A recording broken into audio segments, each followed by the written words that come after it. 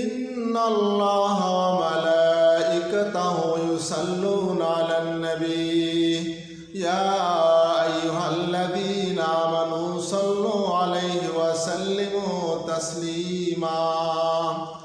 আল্লাহ রাব্বুল আলামিন ফেরেশতা মণ্ডলী হুজুর সাল্লাল্লাহু আলাইহি সাল্লামের উপর দরুদ শরীফ পড়ে থাকেন। ইয়া আইয়ুহাল্লাযীনা আমানু সাল্লু আলাইহি ওয়া সাল্লিমু তাসলিমা। ইমানদার বান্দাগণ, তোমরা বেশি বেশি করে দরুদ শরীফ পড়ো।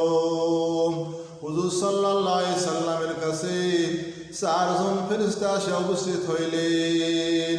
জিবরাইল, ইসরাফিল, মিকরাইল, আজরাইল আলাইহিস সালাম।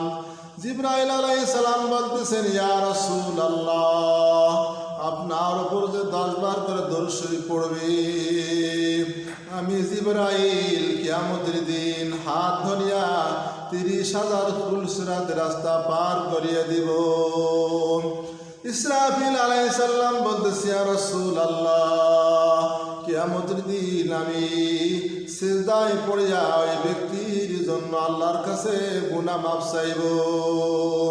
মিকরাইল আলাইহিস সালাম বললেন, ইয়া রাসূলুল্লাহ, আমি তাকে কিয়ামতের দিন হাউজে কাউসারের পানি পান করাবো।